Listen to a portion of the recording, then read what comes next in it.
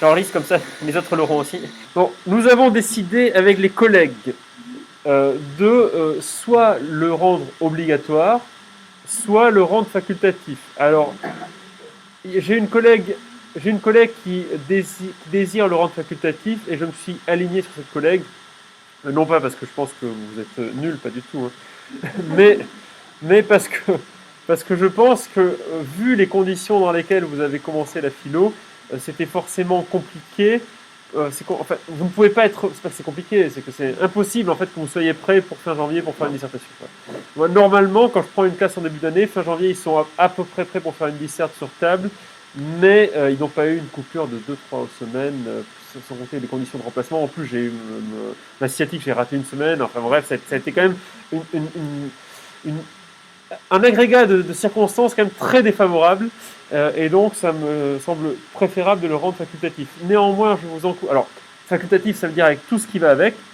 Ça veut dire que je ne compterai évidemment, in fine, que les notes qui augmenteront votre moyenne. Ouais. Donc, vous aurez une espèce de note. De toute façon, vous aurez une note indicative pour évaluer votre niveau. Alors, je pense que je noterai relativement de manière clémente aussi, puisque c'est le premier devoir. Ça, on le fait systématiquement. De ce fait, je vous encourage tout de même à aller faire cette prépa bac. Pourquoi je vous encourage à aller faire cette prépa bac? Parce que ça vous permettra de vous exercer et de vous évaluer vous-même, puisque vous pouvez y aller sans aucune pression. Donc vous y allez. Allez, écoutez-moi. Vous y allez, vous n'avez pas de pression, vous réussissez, vous échouez. Ça n'a aucune importance, ça n'a aucune conséquence. La seule conséquence que ça peut avoir, c'est que ça peut vous augmenter votre moyenne. Pour l'exercice lui-même, je précise, ce sera donc un sujet type bac avec 3 sujets et vous en choisirez un. Parmi les 3 sujets, il y a 2 dissertations et une explication de texte. Vous n'en traitez qu'un seul. J'insiste, un seul sujet sur les 3. Bon, comme vous avez vu 3 notions, la liberté, vous avez vu un peu la justice aussi, la liberté, l'État et la vérité, bon, même s'il y a plus que la vérité, en fait, vous avez fait la vérité, la science, la raison, le réel, bon. Comme vous avez vu ces notions d'épistémologie, ces notions politiques et ces notions sur la métaphysique de la liberté, vous aurez un sujet sur des questions métaphysiques liées à la liberté, un sujet sur la politique, un sujet sur l'épistémologie. Voilà, donc comme ça, il n'y aura pas de surprise. Pour ne traiter qu'un sujet, j'insiste, je prends 2 minutes pour le dire, il y a 2 ans, 3 ans, j'étais en Haute-Savoie, j'enseignais dans un lycée dans la vallée de l'Arve à Cluses.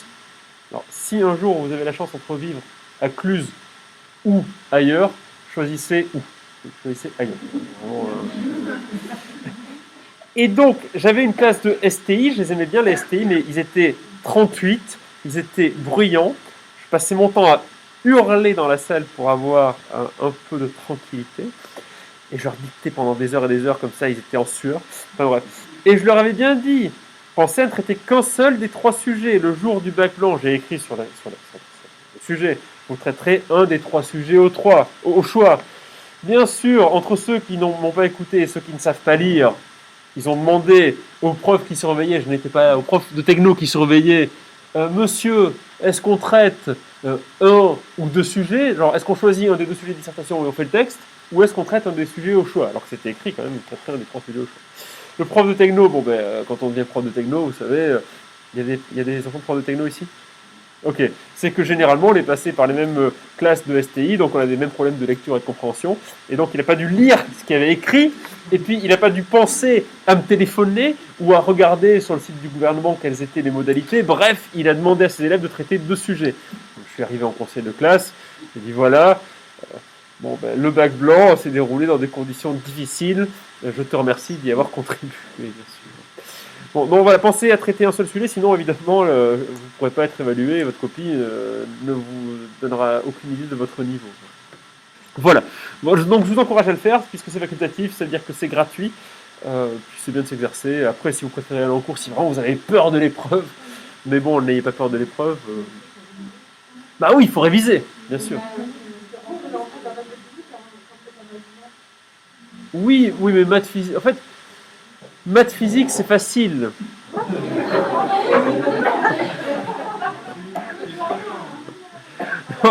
Surtout les maths. La physique, bon, il y a plus de théorie, mais En fait, c'est plus facile à réviser les maths et la physique parce que vous traitez des notions de programme qui vous amènent à résoudre des problèmes et ces problèmes sont toujours des variations d'une espèce de problème type. De ce fait, bon, si vous êtes bon en maths et en physique, les maths et la physique ne vous demandent pas trop de travail normalement. Le problème de la philo, c'est qu'il y a beaucoup de choses, c'est très abstrait, c'est nouveau. Donc évidemment, c'est pas que la philo est plus difficile que les maths et la physique en soi, pas du tout. C'est juste que pour vous, c'est peut-être plus difficile. Oui. On fera une introduction, vous inquiétez pas, on fera une introduction avant la prépa bac, hein, en classe. Et puis aussi, je vous donnerai je vous donnerai le corrigé quand je vous fini de corriger, je vous donnerai le corrigé du plan et je vous donnerai un corrigé d'introtype aussi qui correspond au plan. Bon, allez. D'autres questions sur non, c'est bon. Donc, le maths physique, bon, c'est plus facile à réviser pour vous, j'imagine. Enfin, j'imagine que si vous avez pris spécialité sciences, je me souviens quand j'étais en bac S, maths physique, je trouvais ça simple, SVT, ça me gonflait toujours, parce qu'il y avait des pages, des pages, des pages de chapitres à comprendre. Alors que maths physique, bon, ça restait quand même de la logique. Bon. Alors, donc, on avait terminé. Alors, vous dormiez à. Ah non, c'était pas vous que j'avais. Donc, les autres dormaient à moitié quand j'expliquais la théorie de Popper sur la réfutabilité. Bon, écoutez bien le cours en ligne et récupérez bien les notes parce que c'est une partie très importante de l'épistémologie. Je vous le dis quand même en live pour être bien sûr au moins que cette idée-là soit fixée dans votre esprit. Ce qu'on a expliqué avec les autres la dernière fois, c'est l'idée de Karl Popper, c'est qu'on ne peut jamais prouver qu'une théorie scientifique est vraie par l'expérience. C'est impossible de prouver qu'une théorie scientifique est vraie. Une théorie scientifique, elle est vraie d'un point de vue purement théorique, d'un point de vue de la cohérence de ses énoncés en interne, mais on ne peut pas prouver qu'elle est empiriquement vraie. En revanche, on peut prouver qu'elle est fausse. Par conséquent, tenir une position selon laquelle les théories scientifiques sont de bonnes approximations de la réalité ou sont des descriptions de la réalité, ça suppose qu'on pense que les théories sont vraies. Mais comme on ne peut pas le prouver, ça affaiblit grandement la thèse réaliste métaphysique. Pensez-y, on ne peut pas vérifier une théorie. On peut la corroborer par l'expérience, donc on peut échouer à montrer qu'elle est fausse. On peut prouver qu'elle est fausse. Si votre observation empirique contredit votre prédiction théorique, c'est que peut-être que votre théorie est fausse. Mais si votre observation empirique va dans le même sens que la prédiction, ça ne prouve pas qu'elle est vraie. Ça prouve juste que, pour l'instant, on n'a pas prouvé qu'elle était fausse. Bon, donc, encore un coup porté au réaliste et une pierre apportée à l'édifice de l'instrumentalisme. Dernière partie de ce grand 2, avant la troisième partie, la dimension sociale de la science. Dans lequel titre. Bon, le cours est sur Pronote en version écrite, sur YouTube en version. Mais il a déjà été vu, donc je pense que certains ont déjà récupéré.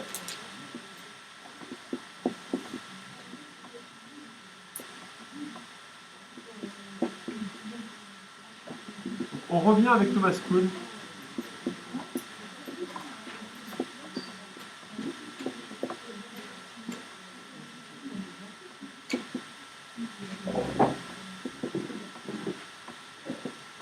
Bon, alors, j'imagine que quand on est en terminale, et c'est aussi vrai quand on est en état d'université ou en classe préparatoire, on peut avoir, je ne dis pas que c'est nécessairement le cas, on peut avoir une espèce de vision idéalisée de la science, une vision selon laquelle on s'imagine que les scientifiques sont à la recherche absolue de la vérité, et que dès qu'ils sont confrontés à une erreur, ce qu'ils font, c'est que ils renoncent. Ils renoncent à leurs idées, ils les changent, ils corrigent leurs erreurs, et puis ils progressent comme ça. Je vais vous donner un autre auteur. Je vais vous donner l'auteur préféré de Didier Raoult, Feyerabend. Didier Raoult s'est arrêté au titre du bouquin.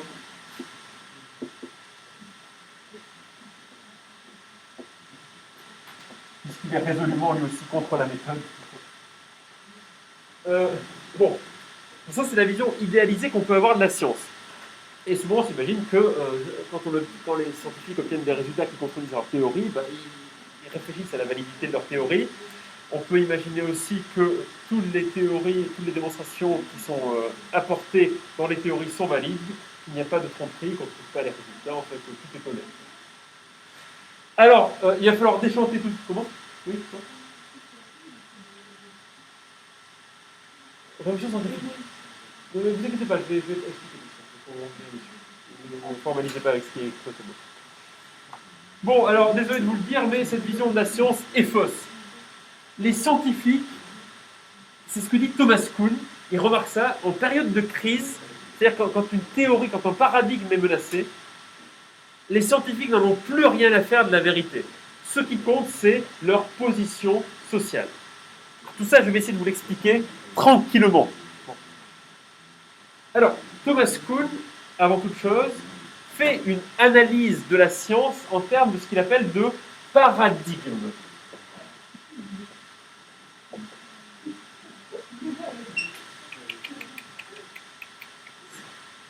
En termes de paradigme.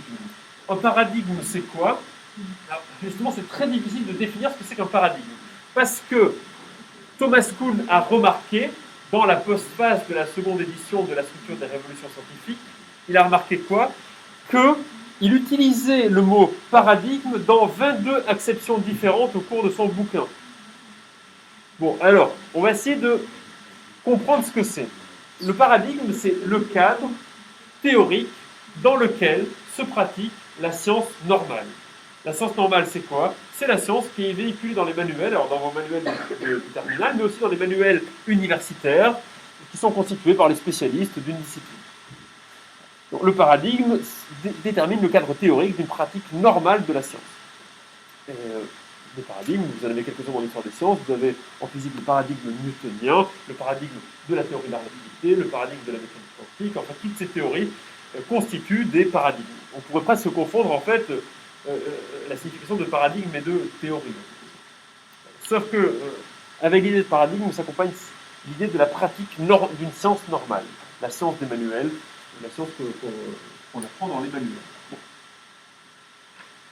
Ça, c'est la première chose. Alors, Kuhn, conscient du fait que sa définition de la notion de paradigme est trop vague, dans la postphase de la seconde édition de la structure de la révolution scientifique, apporte une précision importante. Il dit voilà, nous pourrions considérer les paradigmes non pas sous l'angle des paradigmes, mais sous l'angle d'une matrice disciplinaire.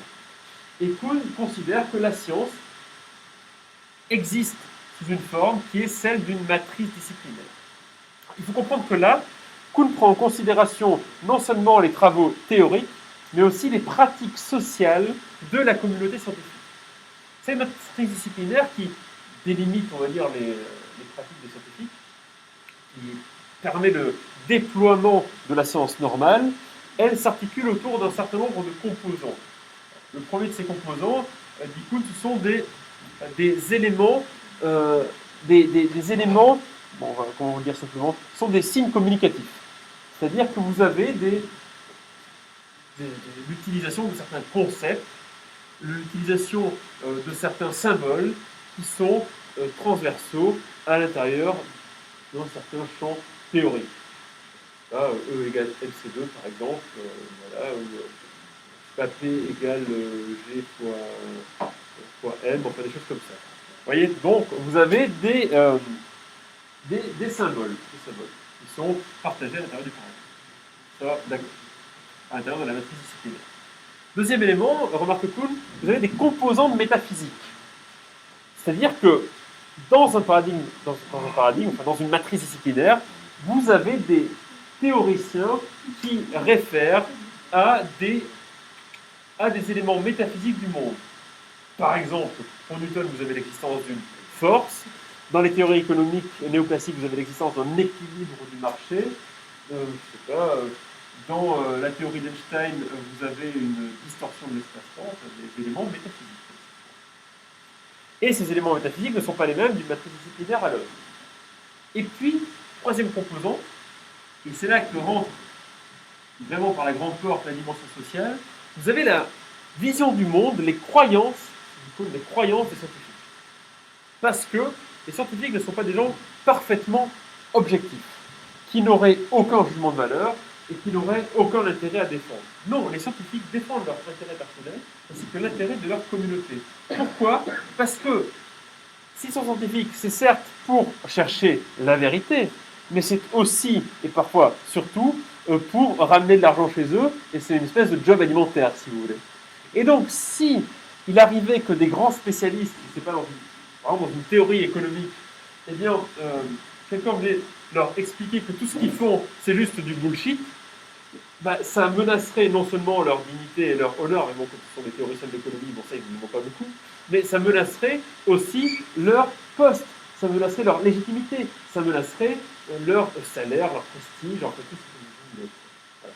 Et par conséquent, dès lors qu'une matrice disciplinaire, un paradigme théorique sont remis en question, il y a de très très fortes résistances qui peuvent être très violentes. Je vous donne un exemple très actuel et très amusant. Alors, du rôle que jouent les croyances dans la pratique de la science, il y a 5 ans de cela, en 2015, donc à la fin de l'année, il y a eu une scission au sein des économistes en France. Alors ça vous paraître très bizarre, mais je vais vous expliquer. En fait, pour enseigner à l'université en France, vous devez avoir une thèse de doctorat, et une fois que vous avez une thèse, ça ne suffit pas, vous devez prétendre à un concours qui s'appelle la qualification. Et la qualification, c'est une entité qui s'appelle le Conseil national des universités, le CNU, qui décide de vous la délivrer ou pas. Normalement, quand vous avez un doctorat, vous êtes quasiment certain. Quand vous avez un doctorat à quelques publications académiques et vous avez participé à des colloques, vous êtes quasiment certain d'obtenir la qualification. Sauf qu'en économie, ça ne se passait pas exactement comme ça. En économie, vous avez tout un tas de chercheurs en économie à qui on ne donnait pas de qualification et à qui on ne donnait pas d'agrégation au poste de professeur parce que leurs recherches ne correspondaient pas à une certaine orthodoxie, donc ne correspondaient pas à ce qui se faisait de manière générale par un courant dominant, par un mainstream, par la science normale, si vous voulez. Et ainsi, en toute bonne foi, les chercheurs qui pratiquent cette science normale rejettent de plus en plus ces candidatures des chercheurs qui ne sont pas d'accord avec eux, au motif qu'ils pensent que ces chercheurs-là ne font pas de la science, qu'ils ne sont pas sérieux, etc. Au motif de leur croyance. En 2015, c'était Benoît Hamon qui était ministre de l'Enseignement supérieur et de l'Éducation, il avait été question de créer au CNU une nouvelle section qui donnerait la qualification aux économistes qui ne sont pas dans le courant dominant, qui sont docteurs en économie, qui sont chercheurs en économie, qui publient dans des revues en économie, mais qui sont rejetés systématiquement par la communauté des économistes, qui ont le pouvoir dans l'institution. Donc il était question de créer donc une autre qualification pour ces économistes-là, qui ne se serait plus appelée sciences économiques, mais économie et société. Parce qu'en fait, ces gens-là ne pensaient pas faire de la science en économie, mais pensaient en fait pas faire une science exacte, mais faire une science humaine et sociale. Bon, a priori, ça pose pas de problème. C'est-à-dire que les économistes qui pensent faire de la science économique font leur truc dans leur coin, voilà, et puis les autres font leur truc dans leur coin, et puis ils peuvent discuter ensemble s'ils veulent, mais il n'y a pas de concurrence à proprement parler. Mais qu'est-ce qui s'est passé? Il s'est passé quelque chose de très kuhnien, quelque chose que décrit Thomas Kuhn. 2015, c'est l'année durant laquelle Jean Tirole obtient, donc qui est un économiste français, qui obtient le prix Nobel d'économie français. Prix Nobel, entre guillemets, parce que en fait, c'est le prix de la Banque de Suède. Ils ont appelé ça Nobel pour le swag, si vous voulez, pour le style. C'est pas du tout. Donc, Tirole obtient ce prix Nobel, ce prix de la Banque de Suède, et il voit d'un mauvais œil le fait qu'on ouvre cette nouvelle section. Fort de son prix Nobel, il écrit une lettre ouverte à la ministre de l'Éducation qui, dès lors, n'est plus Benoît Hamon, mais qui est devenue Najat Vallaud-Belkacem, pour le meilleur et surtout pour le pire, et à Geneviève Fiorasso, qui était secrétaire d'État à l'époque au ministère de l'Éducation nationale et de l'Enseignement supérieur. Et Jean Tirole écrit, voilà, moi je suis prix Nobel d'économie, si vous laissez entrer ces gens-là au CNU, vous ouvrez une antichambre de l'obscurantisme. Donc en fait, il est en train de traiter quand même environ un tiers de ses collègues d'obscurantistes.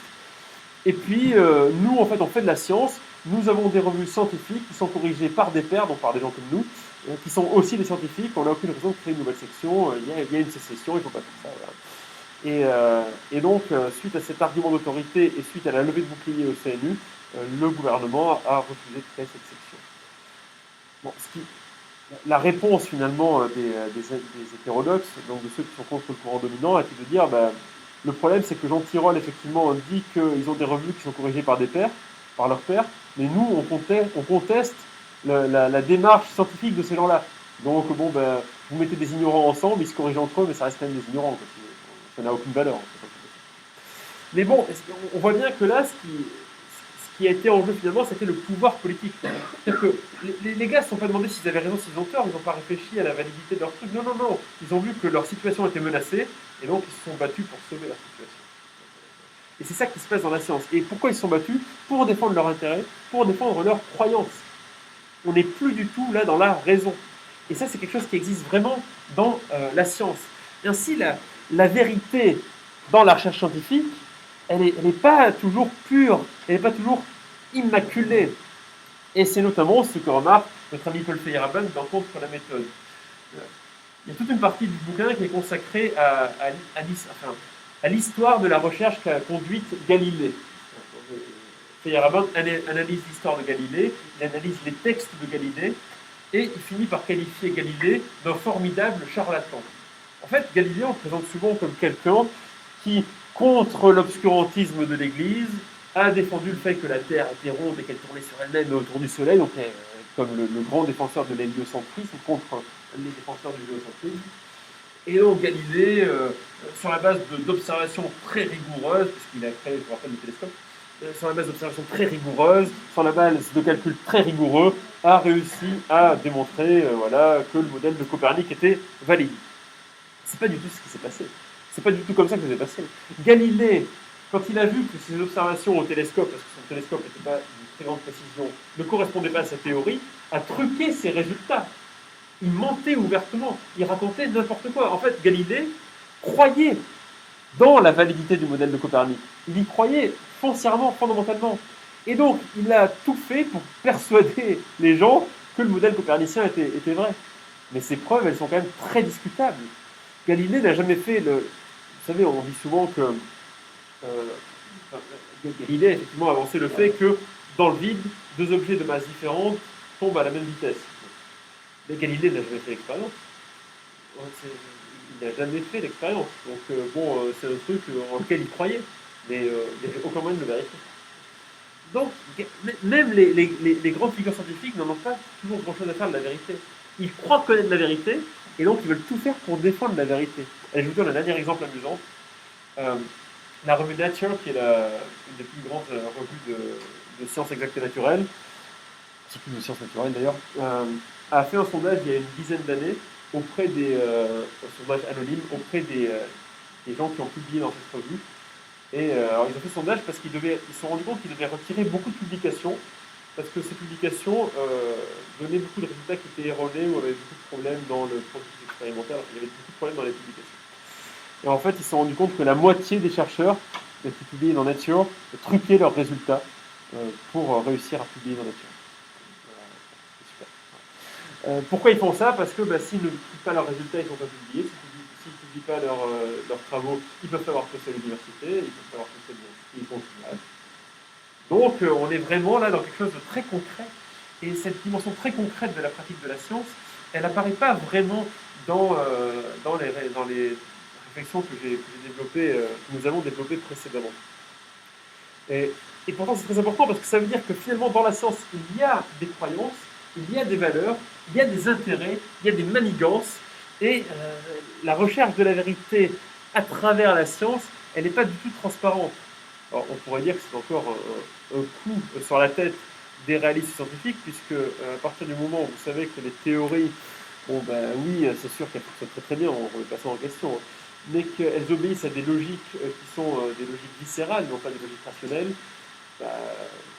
pourquoi est-ce qu'on croirait qu'elles sont le miroir de la vérité absolue et de la réalité? C'est pas si.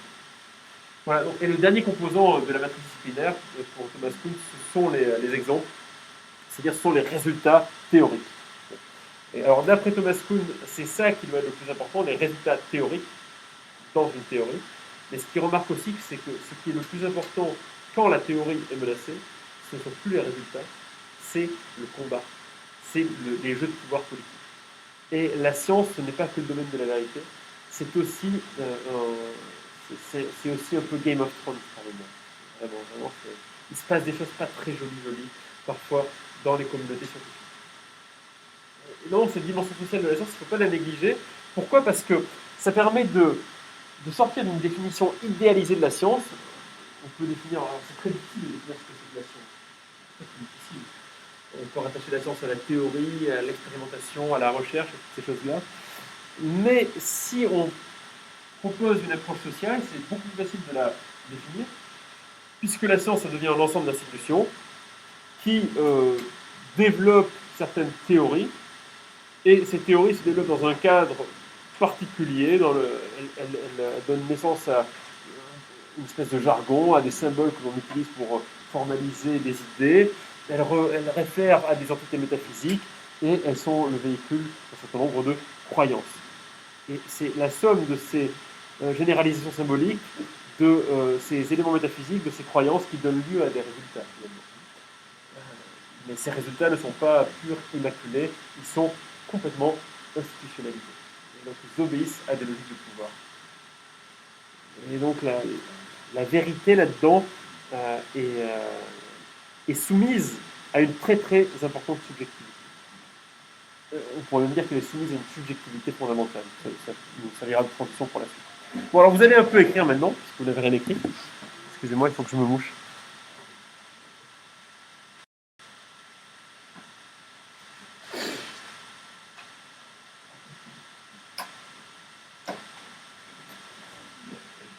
Il peut être difficile de définir la science. Il peut être difficile de définir la science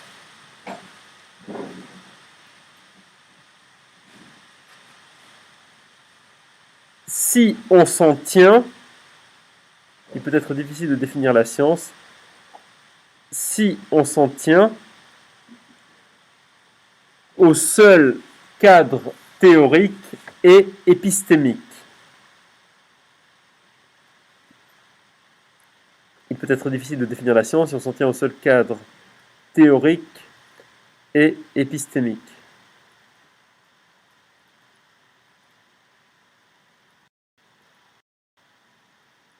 Voilà. En revanche,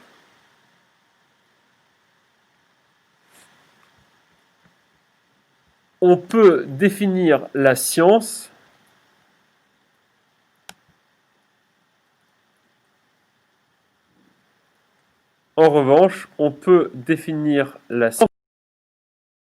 sa dimension sociale.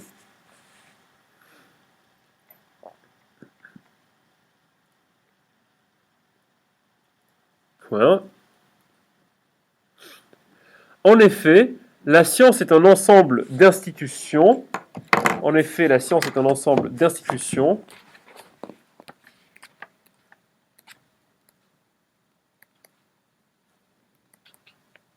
En effet, la science est un ensemble d'institutions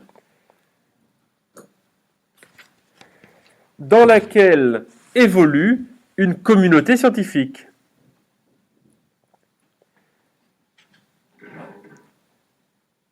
En effet, la science est un ensemble d'institutions dans laquelle évolue une communauté scientifique. Voilà. Ces institutions ont leur logique propre.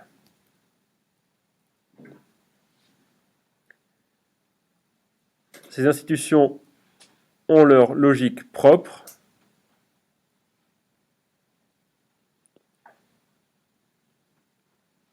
Et ne poursuivent pas un impératif de vérité absolue. Et ne poursuivent pas un impératif de vérité absolue.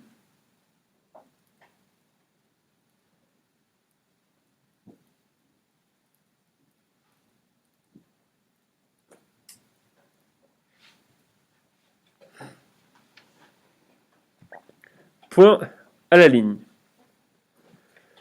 Kuhn, dans la structure des révolutions scientifiques, Kuhn rend compte de cette dimension sociale de la science. Kuhn, dans la structure des révolutions scientifiques, rend compte de cette dimension sociale de la science.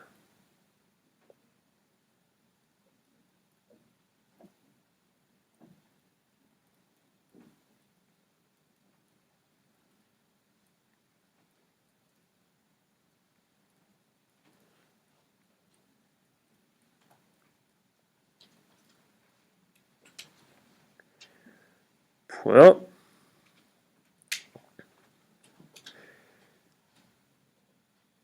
La science fonctionne pour lui comme une matrice disciplinaire.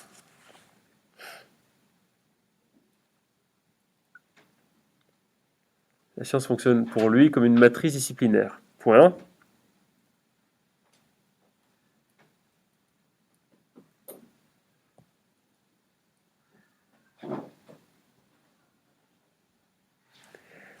C'est dans la matrice disciplinaire que se déploie la, il faut mettre entre guillemets, la science normale.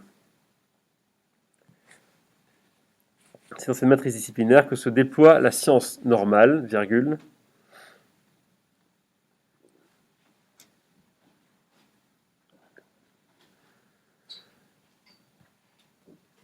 C'est-à-dire la science des manuels et des universités.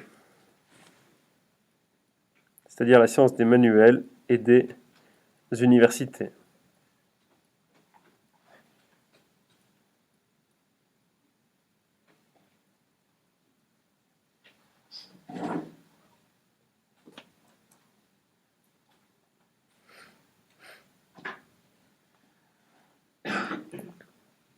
Point. La matrice disciplinaire est composée de 4 éléments. 2 points à la ligne premier tiret. La matrice disciplinaire est composée de 4 éléments.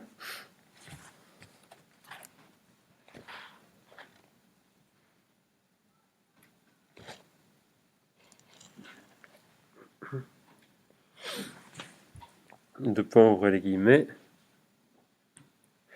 Deux points à la ligne tirée, pardon. Alors, premier élément, les généralisations symboliques. Les généralisations symboliques.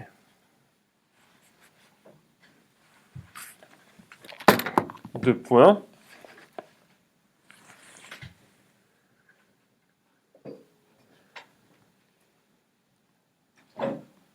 Il s'agit du formalisme qui accourt au sein d'une théorie. Il s'agit du formalisme qui accourt au sein d'une théorie.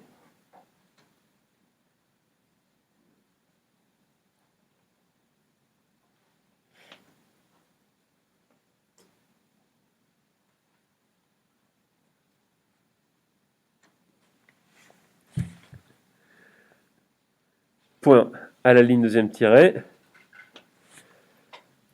Les composants métaphysiques. Les composants métaphysiques. Les éléments métaphysiques. Les composants métaphysiques. Deux points.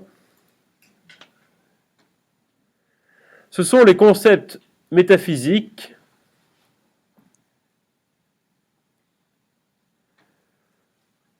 ou entités métaphysiques. Ce sont les concepts ou entités métaphysiques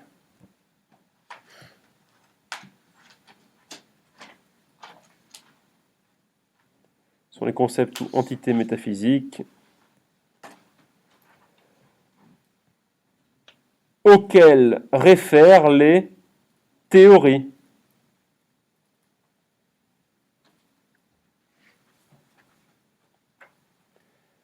Vous pouvez mettre entre parenthèses la force, exemple, la force dans la théorie de Newton, la force gravitationnelle dans la théorie de Newton.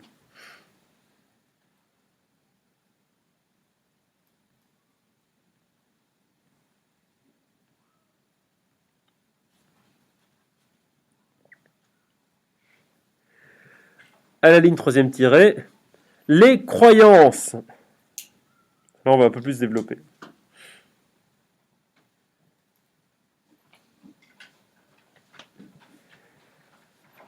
les croyances, deux points, la pratique de la science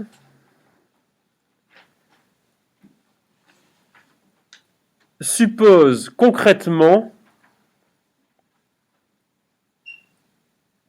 la pratique de la science suppose concrètement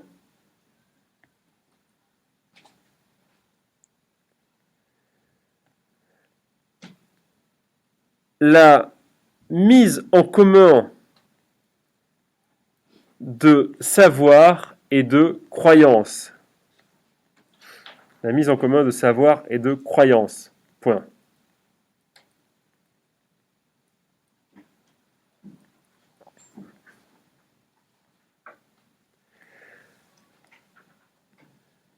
Les scientifiques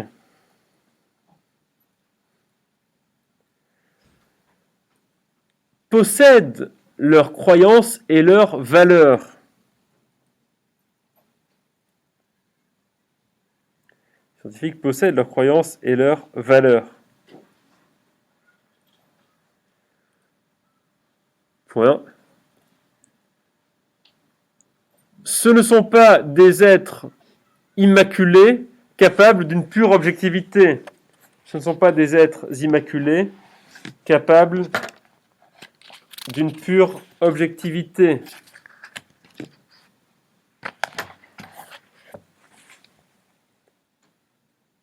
Point. Oui. Capable de pure objectivité.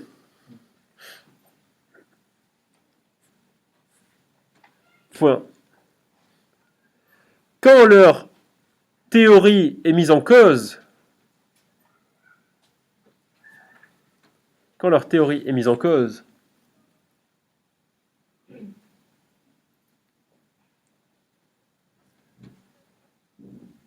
c'est aussi leur croyance et leur personne qui sont attaquées. C'est aussi leur croyance et leur personne qui sont attaquées.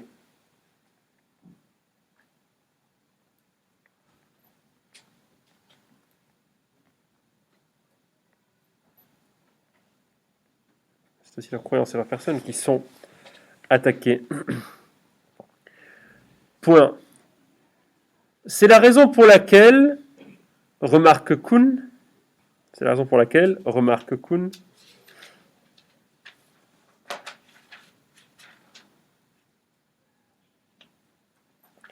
en période de crise scientifique,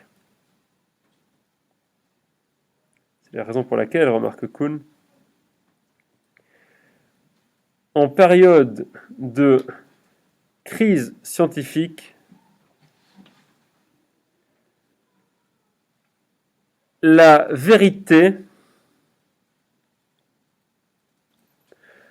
importe moins que les jeux de pouvoir.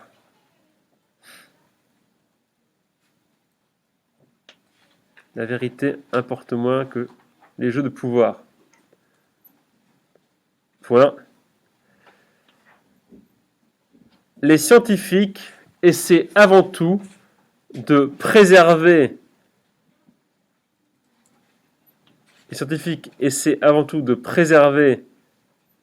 leur position et leur emploi.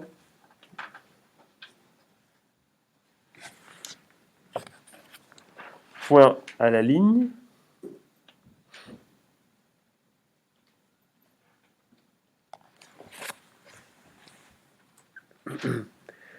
Point à la ligne. Dans contre la méthode.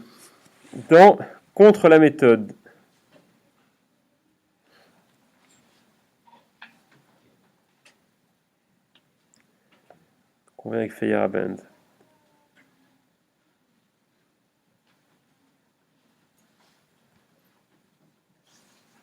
Dans contre la méthode.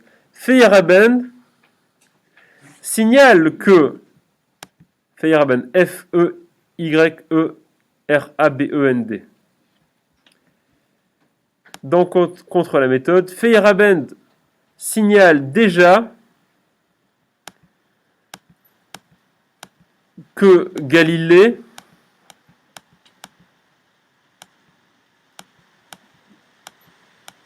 n'hésitait pas à rendre ses résultats compatibles avec ses croyances. Remarque que Galilée n'hésitait pas à rendre ses résultats compatibles avec ses croyances.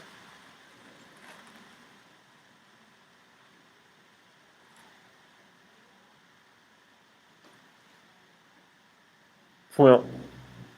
Il le qualifie d'ailleurs de, entre guillemets, charlatan. Formidable charlatan. Il le qualifie d'ailleurs, entre guillemets, de formidable charlatan.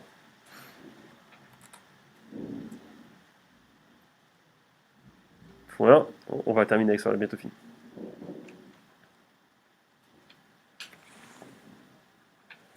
Je vais vous donner un autre exemple. La crise récente qu'a connue en France la science économique,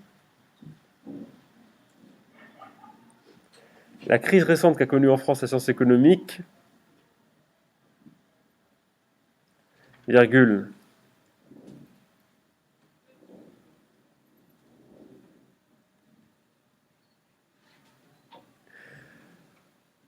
dans laquelle Jean Tirole, T-I-R-O-L-E, dans laquelle Tirole est intervenu personnellement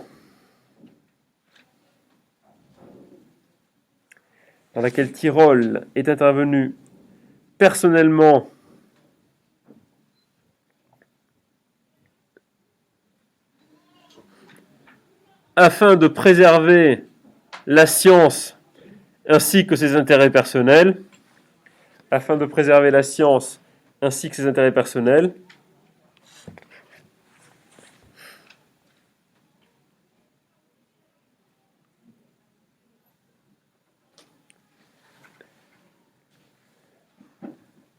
exemplifie la pensée de Kuhn.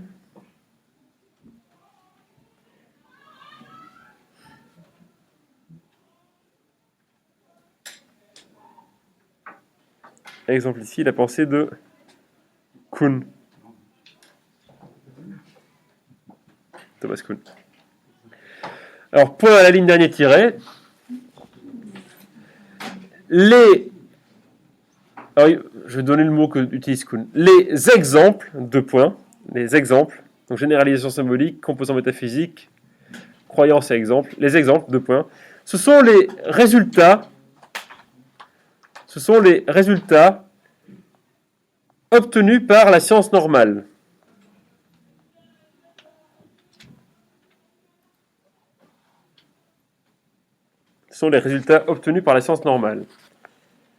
Point.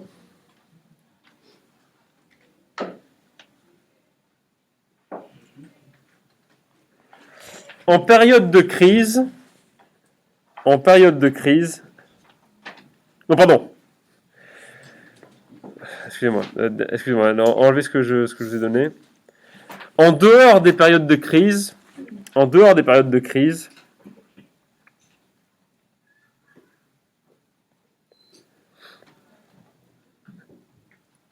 ce sont les exemples qui sont censés,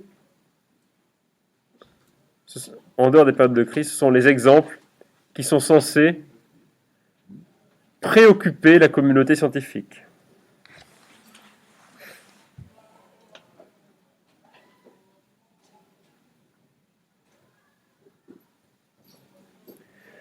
Point final. Je récupérerai juste un cours sur quelqu'un. Une belle écriture.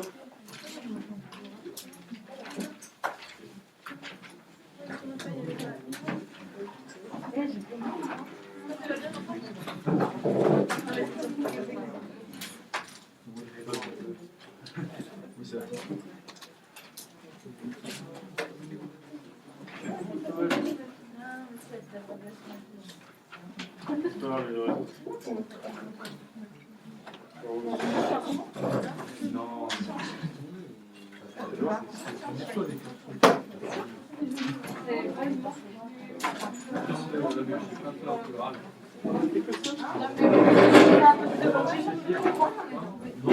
Merci. Ça a sonné.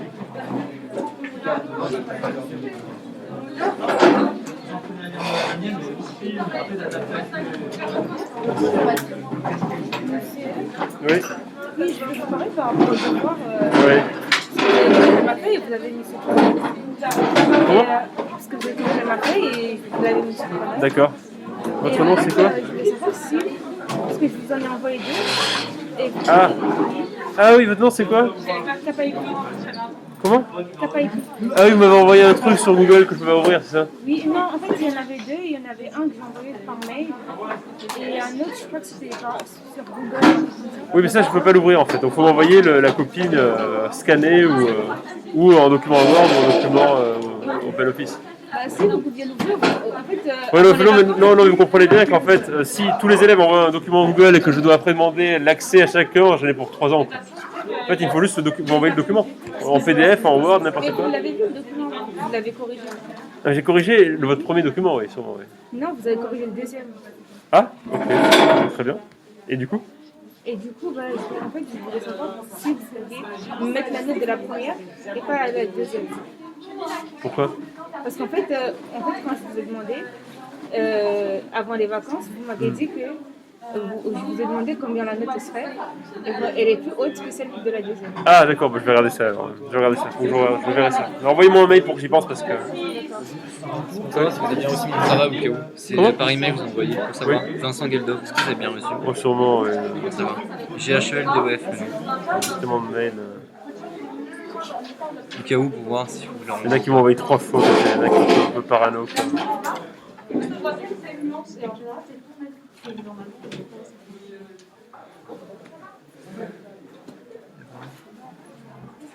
C'est quoi votre mail? Vincent.GHELDOF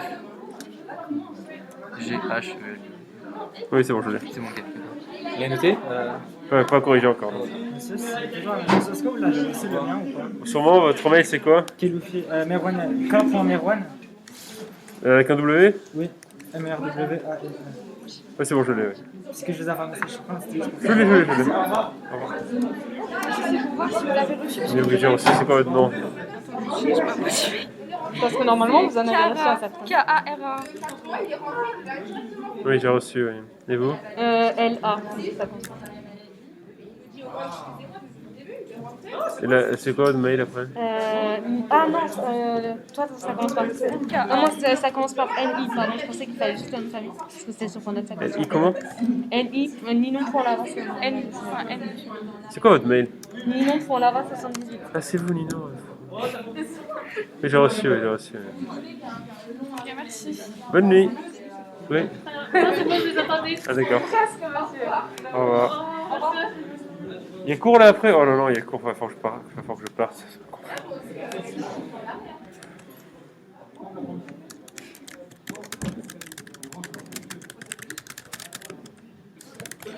Oui, je libère tout de suite. Ah, je m'en vais. Je pars. Je sauvegarde, je pars.